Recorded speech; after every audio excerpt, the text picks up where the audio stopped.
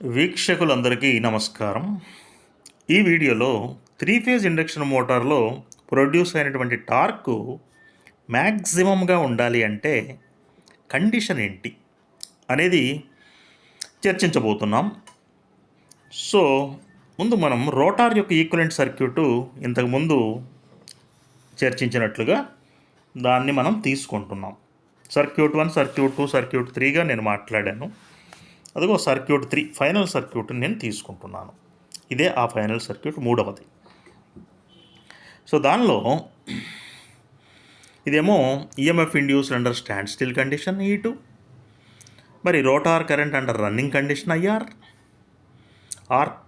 R2 rotor resistance, X2 rotor reactance, R2 into 1/s-1. S అంటేనేమో slip. మరి ఈ సర్క్యూట్కి maximum power transfer theorem use చేసినప్పుడు మరి మ్యాక్సిమం పవర్ కానీ టార్క్ కానీ ఎప్పుడు డెవలప్ అవుతుంది అంటే, ఇది వేరియబుల్ కదా, దీనిలో variable part of the resistance అనేది అంటే ఇది ఈక్వల్ టు రియాక్టెన్స్ అంటే ఇది, ఈ రెండు ఈక్వల్ అయినప్పుడు మ్యాక్సిమం పవర్ అనేది లేదా టార్క్ అనేది జనరేట్ అవ్వడం జరుగుతుంది రోటార్లో.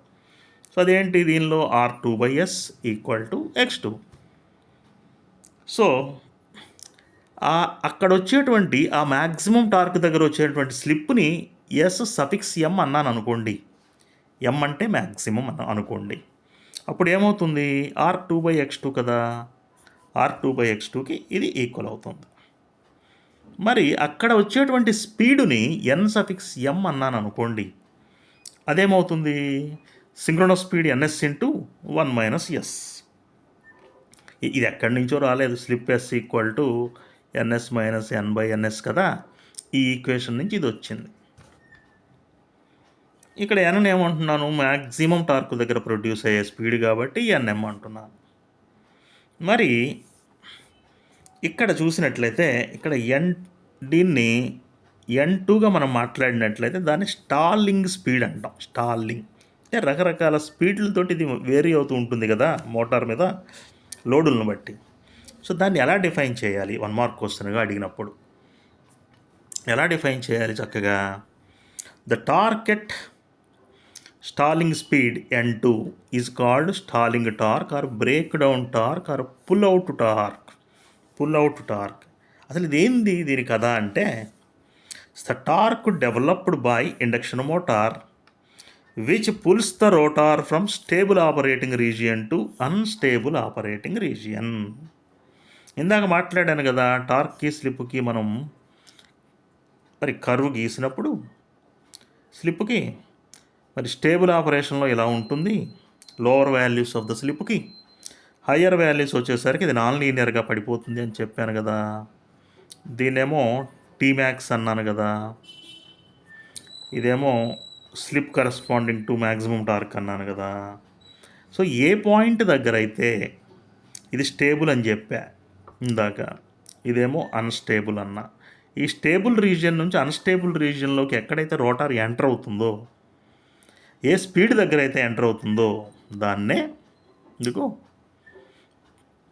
స్టాలింగ్ స్పీడ్ అంటాం.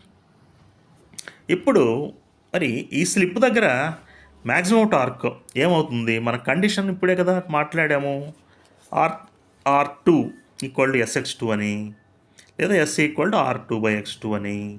దాన్ని తీసుకొచ్చి టార్క్ ఈక్వేషన్లో సబ్స్టిట్యూట్ చేస్తాం.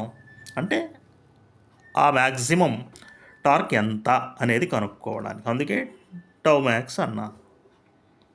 180/2πns S into E2² into R2² plus SX2 whole square కదా. ఏం చేశాను నేను ఈక్వేషన్లో, టార్క్ ఈక్వేషన్లో S బదులు ఇదిగో R2/x2 పెట్టేశాను. అప్పుడు ఏమైంది, మనకి సింప్లిఫై చేసినట్లయితే చక్కగా ఇదిగో ఇది వచ్చింది. సో దీన్ని ఏం చేస్తున్నాను, 180/2πns దీన్ని అలాగే ఉంచి R2² ఇంటూ E2², X2ని అలాగే ఉంచి R2², S బదులు R2/x2 పెట్టాను. సో క్యాన్సిల్ అయ్యింది. చివరికి ఏం మిగిలింది, E2²/2x2 మిగిలింది. అంటే మ్యాక్సిమం టార్క్ అనేది ఇదిగో ఇదన్నమాట. ఈక్వేషన్ 2 అన్నాను. మరి దీని నుంచి అబ్జర్వేషన్ ఏంటి? మ్యాక్సిమం టార్క్ అనేది E2 స్క్వేర్కి న్యూమరేటర్లో ఉందిగా, E2 స్క్వేర్కి ప్రపోర్షనేట్. E2 అనేది E1 నుంచే వస్తుందిగా, ఇంతకుముందు మాట్లాడినట్టు ప్రపోర్షనేట్ టు E1 స్క్వేర్. ఇది సప్లై వోల్టేజ్ నుంచే వస్తుంది కాబట్టి ప్రపోర్షనేట్ టు V1 స్క్వేర్. మరి దీనిలో రెసిస్టెన్స్ పదం ఎక్కడా లేదు, టర్మ్ ఎక్కడా లేదు. కాబట్టి maximum torque is independent of rotor resistance. మళ్ళీ ఈ X2 అనేది డినామినేటర్లో ఉంది. సో డినామినేటర్లో ఉంది అంటే దాన్ని ఏమంటాము? ఇన్వర్స్లీ ప్రపోర్షనేట్ అంటాం, ఆర్ ఈ 1/X2కి డైరెక్ట్లీ ప్రపోర్షనేట్ అని అంటాం. సో ఇది మ్యాక్సిమం టార్క్ యొక్క కండిషను మరియు మ్యాక్సిమం టార్క్ యొక్క పరిస్థితి యొక్క ఈక్వేషన్. అదేవిధంగా స్టార్టింగ్ టార్క్ కనుక్కోవాలనుకోండి. మరి స్టార్టింగ్ టార్క్ మరీ సింపుల్. స్టార్ట్ అయ్యే ముందు రోటార్ యొక్క స్పీడ్ 0 కదా, స్టార్ట్ అవ్వబోతుంది 0 కదా. సో స్లిప్ ఏమవుతుంది? ns-0/ns అంటే 1 అయిపోతుంది. సో ఈ 1 పట్టుకొచ్చి టార్క్ ఈక్వేషన్ 1లో మనం సబ్స్టిట్యూట్ చేసేద్దాం. So starting torque ST equal to 180/2πns into S into E2 square into R/R2 square plus SX2 whole square. S బదులు 1 పెట్టేద్దాం. ఇదిగో ఇది వచ్చేసింది. సో స్టార్టింగ్ టార్క్ నుంచి మనం ఏం అబ్జర్వేషన్ చేయొచ్చు? Starting torque is proportionate to E2 square. అది E1 స్క్వేర్కి ప్రపోర్షనేట్గా ఉంటుంది, అది V1 స్క్వేర్కి ప్రపోర్షనేట్గా ఉంటుంది. జనరల్గా ఏంటి అంటే మరి రోటార్ రెసిస్టెన్స్ అనేది చాలా తక్కువగా ఉంటుంది ఎప్పుడు రియాక్టెన్స్తో మనం కంపేర్ చేసి. ట్రాన్స్ఫార్మర్లో కూడా అదే కదా చూసాం. కాబట్టి R2 స్క్వేర్ ఇది మరి స్క్వేర్ చేస్తే ఇంకా తగ్గిపోతుంది కదా. 0.1 స్క్వేర్ చేస్తే ఇంకా తగ్గిపోవట్లా దాని వాల్యూ. దెన్ అప్పుడు ఏమవుతుంది?